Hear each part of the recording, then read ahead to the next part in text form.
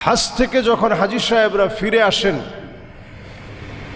ফিরে আসার পরে হাজী সাহেবদের করণীয় হচ্ছে এমন কিছু আলামত আছে যে আলামতগুলো বলে দিবে আল্লাহ তাআলা ওনার হজটাকে কবুল করেছেন। সুবহানাল্লাহ বিহামদিহি। এর মধ্যে এক নম্বর আলামত উলামায়ে কেরাম যে আলামতকে গুরুত্ব দিয়েছেন, আদওয়ামুহা ওয়া ইন কাল্লা। এমন কিছু আলামত হাদিসের ভিতরে আসছে যে আলামতের প্রথমটাই হচ্ছে ছোট ছোট কিছু আমল, যে আমলগুলো সেখানে আপনি করতেন এখনো আপনি সর্বদা এই আমলগুলো করার জন্য চেষ্টা করেন। এই চেষ্টা যখন দেশে আসার পরেও আপনার থাকবে, আপনি বুঝে নেবেন যিনি আপনার হজ কবুল করেছেন তিনি কে? আল্লাহ রাব্বুল আলামিন 5 ওয়াক্ত নামাজের প্রতি মহব্বত বৃদ্ধি করে দিয়েছেন।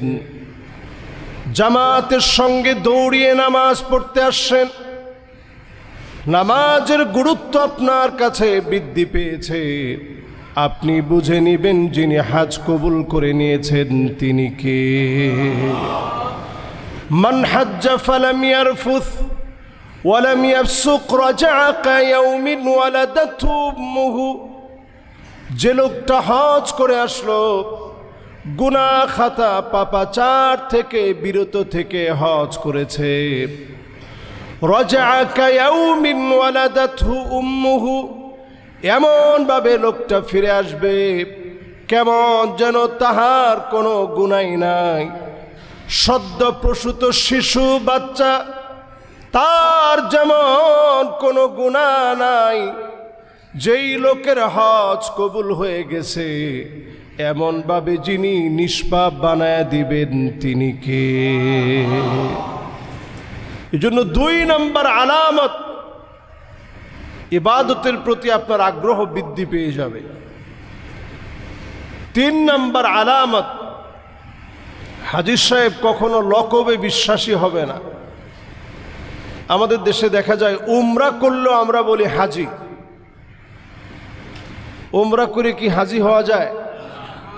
মাশাআল্লাহ, এই তো আপনারা সুন্দর ফতোয়া দিচ্ছেন। বলেন, উমরা করে কি হাজি হওয়া যায়? সব দুইটা আলাদা, একটা উমরা একটা হাজ। উমরা যিনি করেন উনাকে আরবিতে সর্বোচ্চ আপনি বলতে পারেন মুতামির, মানে উমরাকারী। কিন্তু আমাদের দেশে যে কোনো সময় দেখা যায় উমরা করলেই বলে যে ছোট হজ করছে। হজ্জের কোনো ছোট হজ হয় না, ছোট হজ আর বড় হজ নাই। হজ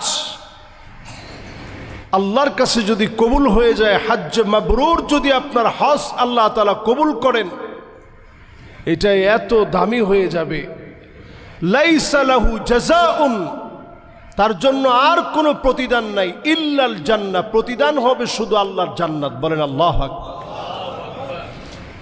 আপনি 2টা চোখ দিয়ে আল্লাহর ঘর দেখছেন।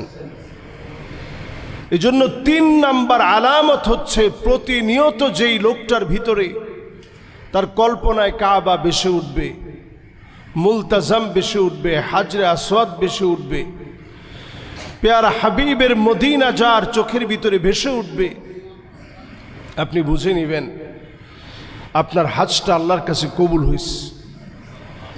আরাফার দৃশ্যগুলো বারবার আপনাকে কাঁদাবে। আরে মানুষ কেমনে কাঁদে, সব আছে। 2 টুকরা শুভ্র কাপড় পরে, সাদা শুভ্র পোশাক পরে মানুষ কেমনে আল্লাহর কাছে কান্দে। শয়তান যেই দিন সবচেয়ে বেশি লজ্জিত হয়ে যায়, মানুষের কান্নার আল্লাহর ক্ষমার দৃষ্টান্ত দেখে শয়তান লজ্জিত হয়ে যায়। এত বেশি মানুষকে আল্লাহ রাব্বুল আলামিন আরাফার দিবসে ক্ষমা করেন। এই দৃশ্যগুলো যখন বারবার আপনার হৃদয়ে আসবে, আপনি বুঝবেন যিনি আপনার হজ কবুল করে নিয়েছেন তিনি কে? 4 নম্বর আলামত, আল্লাহ রাব্বুল আলামিন যার হজ কবুল করেছেন বারবার যাওয়ার জন্য হৃদয়টা কাঁদবে। শতবার যাওয়ার পরেও মন চাবে আবার যাই। এই ঘর দেখে হৃদয় কখনো তুষ্ট হয়ে যাবে না, বারবার হৃদয়ে হাহাকার থাকবে। আল্লাহর ঘরে গিয়ে উমরায় যখন হাজির হবেন, লাব্বাইক আল্লাহুম্মা লাব্বাইক যখন বলবেন, হৃদয়টা একটু শান্ত হবে। পরিশ্রান্ত হৃদয়ে ক্লান্ত মন নিয়ে আল্লাহর সামনে যখনই দাঁড়ায় যাবেন, বারবার মনে চাবে, আল্লাহ আরেকটা বার যদি আপনার ঘরের সামনে যেতে পারতাম, আরেকটা বার যদি আপনাকে লাব্বাইক বলে তাওয়াফের সময় ডাকটা দিতে পারতাম। মালিক, যদি হৃদয় থেকে লালন করে চাইতে পারেন, যিনি আপনার হজকে কবুল করে নিয়েছেন তিনি কে? 5 নম্বর আলামত, যেই আলামত বলে দিবে হজ কবুল হয়েছে কিনা। 5 নম্বর আলামতটা এমন, আল্লাহ রাব্বুল আলামিন আপনার ভিতরে ক্ষমার একটা দৃষ্টান্ত দিয়ে দিবে। আগে অনেক রাগী ছিলেন, হজ করার পরে আল্লাহ রাগ কমায় দিস। আগে অনেক বদমেজাজি ছিলেন, আল্লাহ তাআলা বদমেজাজটারে কমায় দিস। অনেকগুলো খারাপ বৈশিষ্ট্য আপনার মধ্যে ছিল, আল্লাহ তাআলা হজ করে আসার পরে চেহারার ভিতরে একটা পরিবর্তন দিছেন। মুখের ভিতরে সুন্নতি দাড়ি চলে আসে, লেবাসের ভিতরে পরিবর্তন চলে আসছে। ওই যে আপনি মদিনায় গেছেন, ওইখানে যাওয়ার পরেই নিয়ত করছেন যে এই দাড়িটা যেহেতু ওয়াজিব আলাল ইতলাক, সমস্ত মাযহাবে দাড়িটা যেহেতু ওয়াজিব, আজকে থেকে রেখে ফেললাম। ওই যে নিয়ত করে রাখছেন, আর দাড়িতে হাত দেন নাই। সারাটা জীবন নবীজির সুন্নাহকে আঁকড়ে ধরার চেষ্টা করেছেন। এরকম 2-1টা পরিবর্তনও যদি আপনার ভিতরে চলে আসে, আপনি বুঝবেন যিনি আপনার হজটা কবুল করে নিছেন তিনি কে। আমাদের দেশে সচরাচর এই কথা বলে যে আসলে হাজী সাহেবরা খুব পাজি। আচ্ছা বলেন তো, এই কথা বললে আসলে ঈমান থাকে? আপনি একজন ব্যক্তির অপমান করেন নাই। কোরআন এবং হাদিসের নির্ভরযোগ্য ফরজ যে ইবাদত, ইসলামের রুকন, ইসলাম যেই পিলারের উপরে দাঁড়ায় আছে, এমন একটা পিলারকে কটাক্ষ করে কথা বলার কারণে তৎক্ষণাৎ আপনার ঈমান নষ্ট হয়ে যাবে, ঠিক কিনা বলেন? এজন্য হাজী সাহেবের উচিত, যিনি হজ করে আসছেন, সব দিক খেয়াল রাখা। হাজী সাহেবের পরিবার যদি পর্দা না করে, তো মানুষ তো কথা বলার সুযোগ পাবে যে তিনি হজ করে আসছেন, ঘরে পর্দা নাই। আমাদের দেশে সবচেয়ে বেশি সমালোচনা হয় চায়ের দোকানে, সবচেয়ে বেশি সমালোচনা হয় রাস্তাঘাটে। এই যে আজকে আমি এই কথাগুলো বলতেছি, যার কাছে খারাপ লাগবে, অনেকেই বলবে যে হুজুর আজকে এই কথাগুলো না বললেও তো পারত। মাত্র মানুষ হজ থেকে আসতেছে, হুজুর এই সময় কথাগুলো কেন বলল? আমি এই দৃশ্য দেখেছি, পাথর মারার জন্য জামারাতে যাবে, আমি সহ আমার হাজী সাহেব কয়জন ভাইরে বললাম যে চলেন ইনশাল্লাহ পাথরটা বাইরে আসে। কয় যে হুজুর এত দূরে কষ্ট করে যাওয়ার দরকার কি, পাশে যে শয়তান আছে তারে মারি। তা আমি বললাম পাশের শয়তানকে? কয় যে হজে নিয়ে আসছে ওই হুজুর। আমি চিন্তা করলাম মাআযাল্লাহ, বলে কি? ইহরামের পোশাক পরা অবস্থায় ফালাম ইয়ারফুস ওয়ালাম ইয়াফসুক রাজাআ কায়াউমিন ওয়ালাদাতহু উম্মুহু। এই পোশাক পরে যদি আপনি শুধু গালাগালি বন্ধ করতেন, ফাসিকি কর্মকাণ্ড বন্ধ করতেন, পাপাচার যদি আপনি ছেড়ে দিতেন, নিজেরে যদি একটু পরিবর্তন আনতে পারতেন, আল্লাহ তাআলা এই হজকে হজ্জ মাবরুর বানায়া দেশের উপরে আল্লাহ তাআলা খায়ের বরকত নাজিল করে দিত, ঠিক কিনা বলেন? আজকে আমি আপনি হজ্জে যাই, কিছু ত্রুটি বিচ্ছুতি হয় না তা না, অনেক রকম ত্রুটি বিচ্ছুতি হয়। অনেক সময় ইচ্ছাকৃত একটু লাভের আশায় হাজী সাহেবদেরকে কষ্ট দেওয়া হয়। হাজী সাহেবদেরকে আপনি সাধারণ মানুষ মনে করতে পারেন, কিন্তু তারা এত সম্মানিত হন হজে যাওয়ার পরে। এদের পরিচয় হচ্ছে দুয়ুফুর রহমান। এয়ারপোর্ট থেকে দেখবেন শুরু লেখা দুয়ুফুর রহমান, আল্লাহর মেহমান তারা। আচ্ছা বলেন তো, আল্লাহর মেহমান কি দামি না কম দামি? আল্লাহু আকবার। স্বাভাবিক একজন ধনী ব্যক্তি আমাদেরকে দাওয়াত করলে আমরা মনে করি আজকের খাবার দাবারটা ভালো হবে। যেই বছর আমি প্রথম হজ্জে গেলাম, আমার মনের ভিতরে, মস্তিষ্কের ভিতরে শুধু এটা ছিল যে আল্লাহ দুয়ুফুর রহমান, আল্লাহ আমি আপনার মেহমান হয়ে আসছি। আল্লাহ জীবনে কত মানুষের দাওয়াত খেলাম, আল্লাহ আপনার মেহমানদারিটা একটু দেখতে চাই। এরকম অনেক দিন হয়েছে পকেটে 1 টাকাও নাই, বিনা টাকায় ভরপেট আল্লাহ তাআলা খাওয়াই দিছে। সুবহানাল্লাহ। মিনা, মুজদালিফা, আরাফার মতো এই তপ্ত আগুনের ভিতরে কি পরিমাণ গরম, সেই জায়গায় খাবারের কোনো অভাব নাই। একটার পর একটা খাবার আসতেছে, জুস আসতেছে, পানি আসতেছে, আসির আসতেছে, লাবান আসতেছে। দেখছেন যারা গেছে, একটার পর একটা মেহমানদারি হচ্ছে। একজন আর দুইজন মানুষ, ফল আসতেছে কত রকমের। আমি ওই দিন চিন্তা করলাম, আল্লাহ আমরা দুয়ুফুর রহমান, আল্লাহ দুনিয়ার জীবনে আপনার সামান্য মেহমানদারি পেয়েছি। আল্লাহ এই তপ্ত বালুময় এরিয়ার ভিতরে আল্লাহ কত মেহমানদারি আল্লাহ আপনি করালেন। আল্লাহ চক্ষুটা যেদিন নিভে যাবে, সেই দিন মালিক দয়া করে আপনি আপনার মেহমানদারি দিয়ে আল্লাহ আমাদেরকে তুষ্ট বানায় দিয়েন। পড়েন আমিন। হজ্জের এই সফর থেকে এসে বেশি বেশি নিজেদেরকে জিকিরের মধ্যে রাখা। যে হাজী সাহেবরা জিকিরের মধ্যে নিজেদেরকে রাখবেন, একটু আগে ভাগে মসজিদে চলে আসবেন। আজরুহু কা আজরি হাজ্জিল মুহরিম, ইহরাম অবস্থায় হজ করলে যেমন সওয়াব হবে, সমপরিমাণ সওয়াব আল্লাহ রাব্বুল আলামিন বান্দার আমলনামায় দিয়ে দিবে। সুবহানাল্লাহ। এজন্য যারা আমরা হজ করে বাড়িতে ফিরব, বাড়ি ফেরার পর আমাদের আমল হচ্ছে প্রতিনিয়ত দৌড়ায় দৌড়ায় জামাতের সঙ্গে নামাজে আসবেন। সুন্দর করে ওযুটা বানায় নামাজ পড়ার জন্য দাঁড়ায় যাবেন। দাঁড়ায় গেলে সওয়াব কেমন? সওয়াব এত বেশি হবে, যদি আপনি ইহরাম বেঁধে হজ করলে যেমন সওয়াব হতো, সম পরিমাণ সওয়াব বান্দার আমল নামায় আল্লাহ দিয়ে দিবে। সুবহানাল্লাহ। আমাদের দেশে দেখেন বর্তমান সময়টা এত ভয়াবহ হচ্ছে, মা বাবার খবর আমরা কয়জন রাখি? হজ থেকে যারা ফিরে আসেন,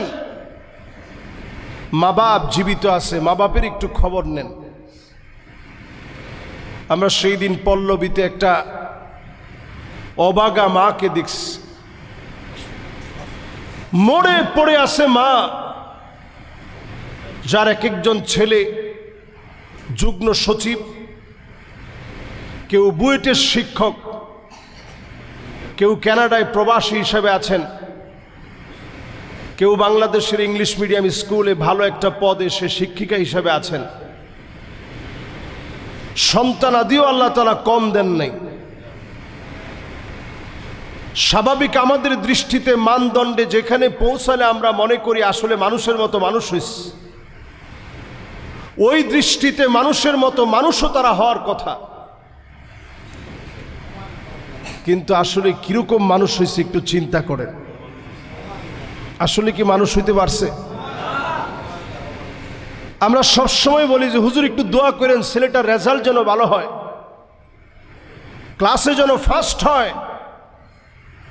শুধুমাত্র বুয়েটের টিচার হলেই, সচিব হলেই ভালো মানুষ হওয়া যায় না। ভালো মানুষের এই সমাজের ভিতরে বড় অভাব, ঠিক কিনা বলে? চিন্তা করেন মানুষ আমরা কতটা অমানবিক অমানুষ হইছি। একটা মায়ের খোঁজ খবর কয়দিন না নিলে এরকম নোংরা একটা জায়গার ভিতরে মা পড়ে থাকতে পারে। আবার গিয়ে দেখেন কত দরিদ্র মানুষ, হয়তো তেমন কিছুই নাই, কিন্তু সামান্য কিছু নিয়ে মারে বলে যে মা আমার জন্য একটু দোয়া করে দেন, আমার তো কিছু নাই, ওইটা দিয়ে আপনার জন্য সামান্য কিছু আনছে। মা আপনার কাছে তেমন কিছু চায় না, কিন্তু এই পৃথিবীতে আপনি লিখে রাখেন মায়ের দোয়া যার জীবনে নাই। আপনি হয়তো চাকরিতে যুগ্ম সচিব হয়ে গেছেন, আপনি হয়তো অনেক বড় সম্মানের জায়গায় পৌঁছায় গেছেন, মা বাবার দোয়া যদি না থাকে কোনো একটা জায়গায় গিয়ে আপনি বিপদে পড়ে যাবেন। হয় আপনার স্ত্রী আপনার জীবনে কথা শুনবে না, সন্তান আদিগুলো মানুষের মতো মানুষ হবে না, জীবনের একটা জায়গায় গিয়ে আপনি ঢুকরে কাঁদবেন, সেদিন মা থাকবে না। নবী সাল্লাল্লাহু আলাইহি সাল্লাম আমাদেরকে হাদিসের মধ্যে জানায় গেছেন, এমন একটা সময় আসবে তোমরা দেখবা আকুন বিওয়ালিদাই, পিতামাতার সাথে জাড়ি মেরে কথা বলা, ধমক দিয়ে কথা বলা, চোখ মোটা করে কথা বলা, এগুলো মানুষের ভিতরে একেবারে স্বাভাবিক হয়ে যাবে। আচ্ছা বলেন এখন হয়েছে না হয় নাই? আমরাই তো আমাদের আব্বাকে সবসময় আপনি করে বলতাম, আব্বা বসেন, আব্বা বসার আগে জায়গাটা একটু মুছে দিতাম, আব্বা এখানে বসেন। বাপ কথা বলার সময় মাথা নিচের দিকে দিয়ে রাখতাম। আর আমরাই আমাদের আদরের সন্তানদেরকে এতটাই আদর করি, ভালোবাসি, তারা আমাদেরকে ডাকে তুমি করে, আব্বা বসো। আচ্ছা তুমির পরের স্টেপটা কি? তো চিন্তা করেন, তুমির পরে তুইয়ে নামতে বর্তমান ছেলেদের সময় লাগে?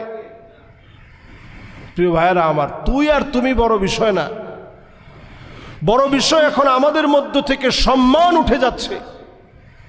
যদি আপনি মানুষ হতে চান, পিতা মাতার সাথে সুন্দর আচরণ করেন। যদি পিতা মাতার সঙ্গে সুন্দর আচরণ করেন, ফাফিহিমা ফাজাহিদ, জিহাদ করলে যেমন সওয়াব হবে, হজ করলে যেমন সওয়াব হবে, রণাঙ্গনে কাফেরদের বিরুদ্ধে লড়তে গেলে যেমন সওয়াব হবে, সমপরিমাণ সওয়াব যিনি বান্দার আমলনামায় দিয়ে দিবেন তিনি কে? পিতামাতা কি জিনিস চিন্তা করেন। একজন সাহাবীর গুনাহ হয়ে গেছে, মানুষ হিসাবে ভুল হওয়ার পরে নবীজির কাছে দৌড়ে আসছে, ইয়া রাসূলুল্লাহ আমার তো একটু গুনাহ হয়ে গেছে, আমার জন্য একটু দোয়া করে দেন। নবীজি বললেন, তোমার কি মা আছে? না, আমার আম্মা নাই। তো তোমার খালা থাকলে খালার সঙ্গে সুন্দর আচরণ করো, আল্লাহ তোমার গুনাহ মাফ করে দিবে। একটাবার চিন্তা করেন তো, মা কি জিনিস? যেই মায়ের সঙ্গে সুন্দর আচরণ করলে হজের সমান সওয়াব হয়, জিহাদের সমান সওয়াব হয়,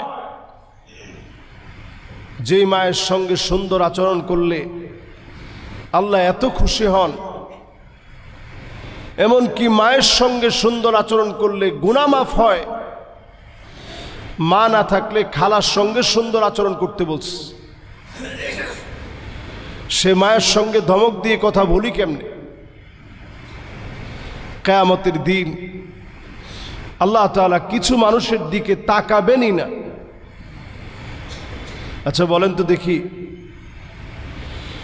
দুনিয়ার জীবনে আপনি যদি বিপদে পড়ে যান, জজ সাহেব আপনার দিকে তাকালে আপনার কাছে কত ভালো মনে হয়, রায়টা যদি কোনোভাবে আমার পক্ষে আসে।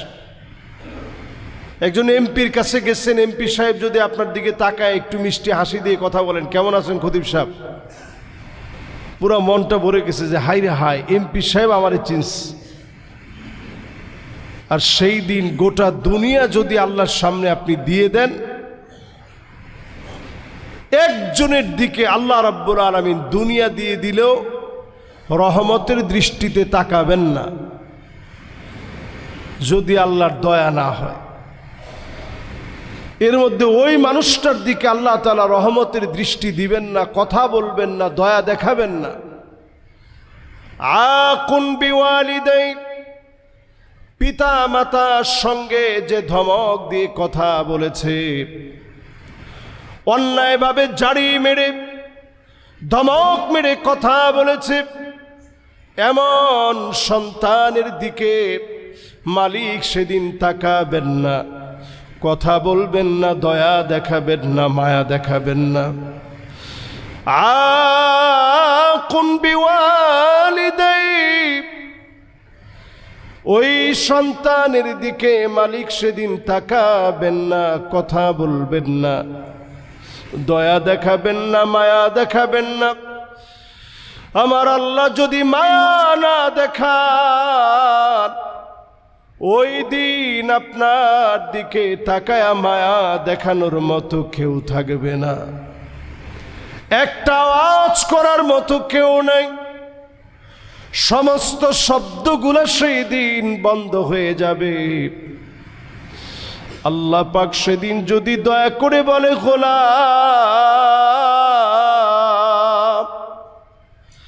আয়, আজকে আমি তোর দিকে বড় খুশি হয়ে গেলাম, তোর দিকে আমার বড় মায়া লেগে গেছে, তোর দিকে আমার বড় দয়া চলে আসছে।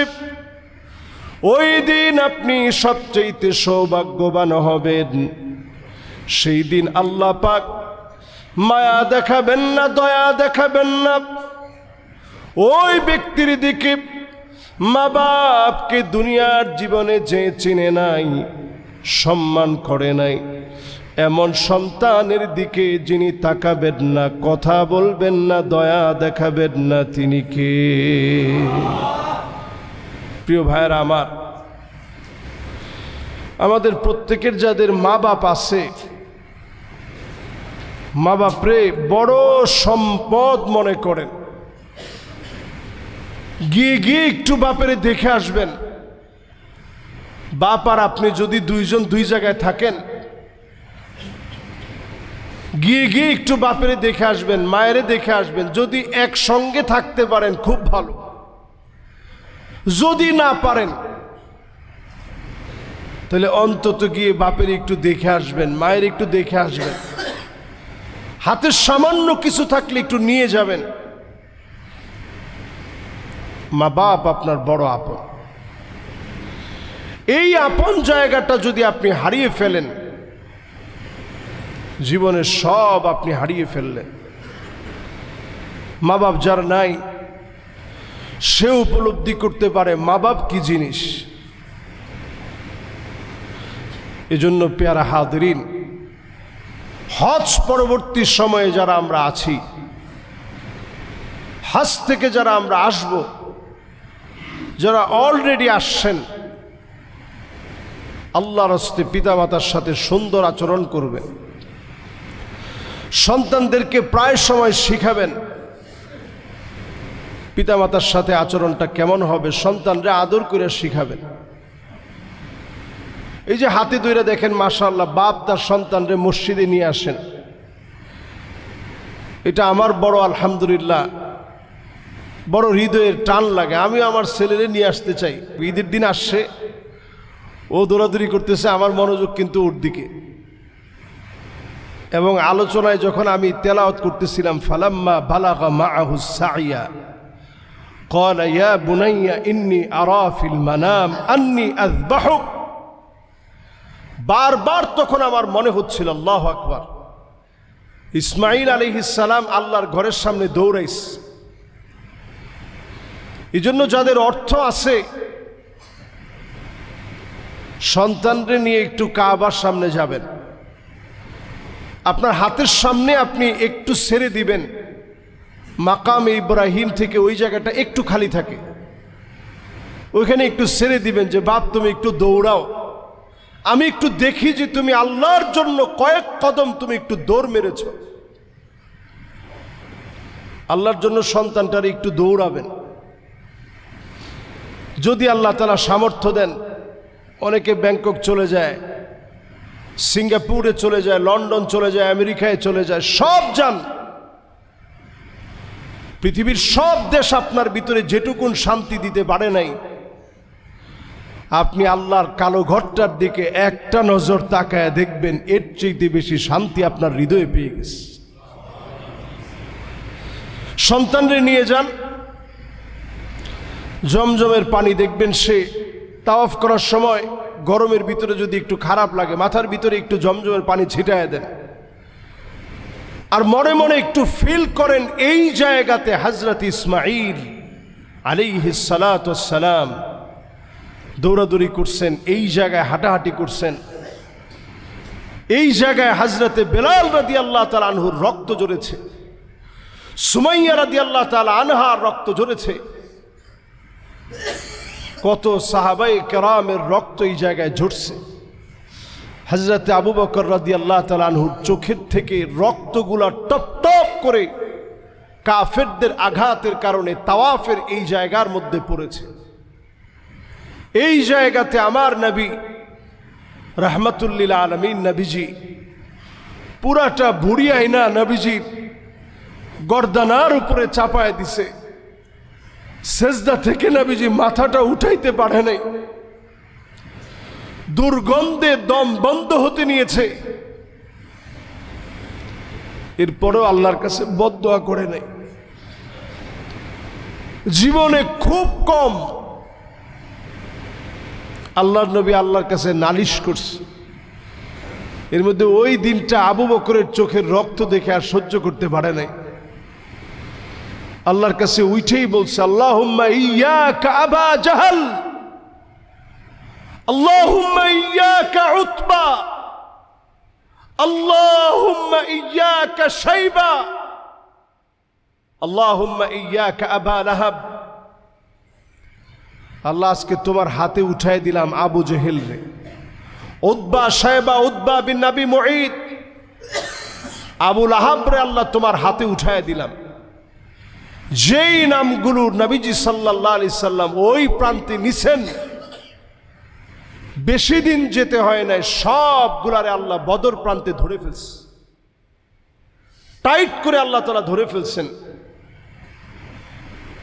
কিলাবে বদরের সামনে একটা ছোট্ট, ওখানে একটা কূপ ছিল, ওই কূপের সামনে সবগুলা মরে পড়ে আছে। আল্লাহ তাআলা নবীজির ওই দিনের করুণ চিৎকারটা আল্লাহ তাআলা কবুল করে ফেলছে। প্যারা হাজরিন, এই জন্য কাবা থেকে যে শিক্ষাগুলো নিয়ে আসছেন, এই শিক্ষাগুলো জীবনের সব সময় কাজে লাগাতে হবে।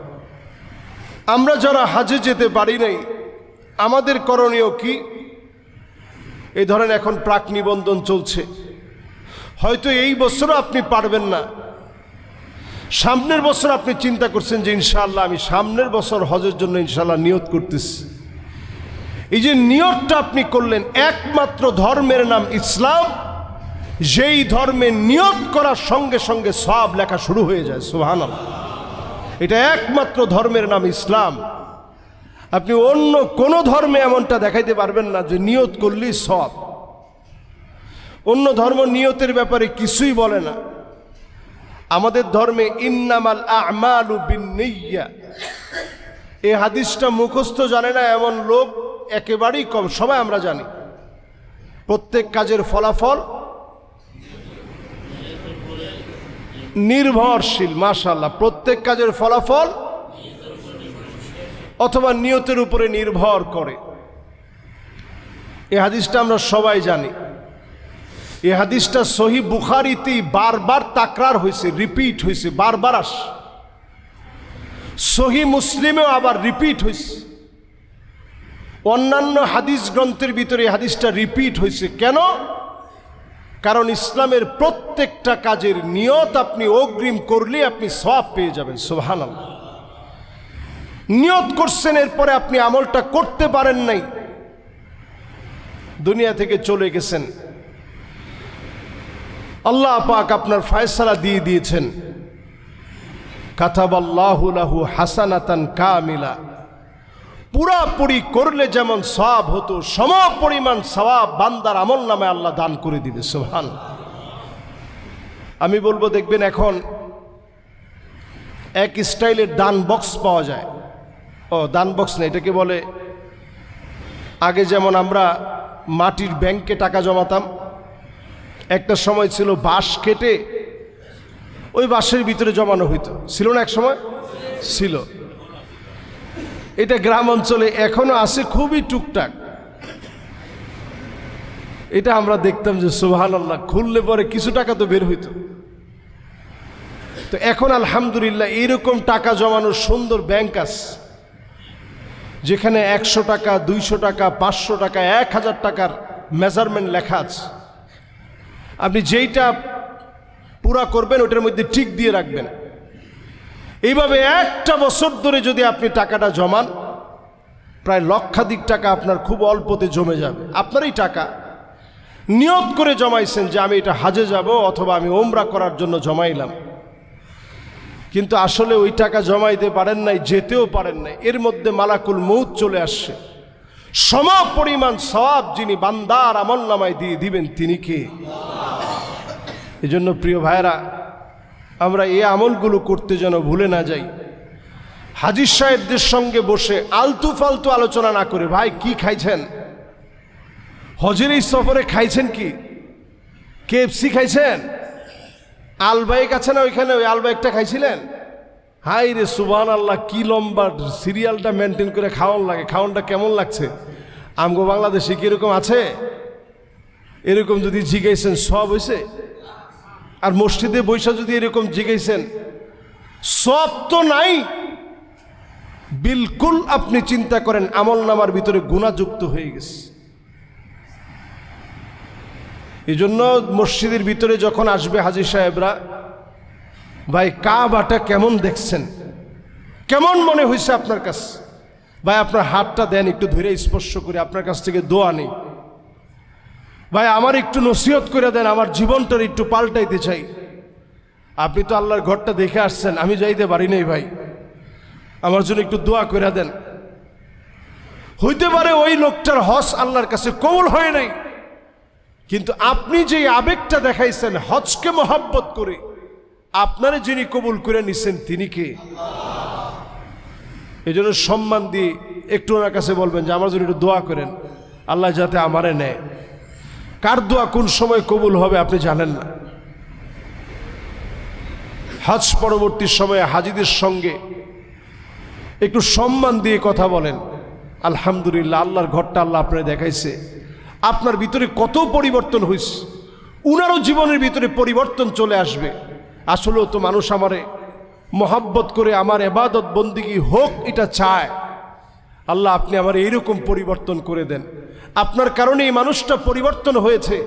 আদ-দাল্লু আলাল খাইরি কাফাইলিহি, আপনার এই সুন্দর আচরণ করার কারণে যদি তার ভিতরে সামান্য পরিবর্তন হয়, সমপরিমাণ সওয়াব যিনি বান্দার আমলনামায় দিয়ে দিবেন তিনি কি? এজন্য আল্লাহ পাকের কাছে নিজেদের পরিবর্তন কামনা করি। যারা হজ থেকে ফিরে আসবেন প্রত্যেকের হজকে আল্লাহ যেন কবুল করেন, পড়েন আমিন।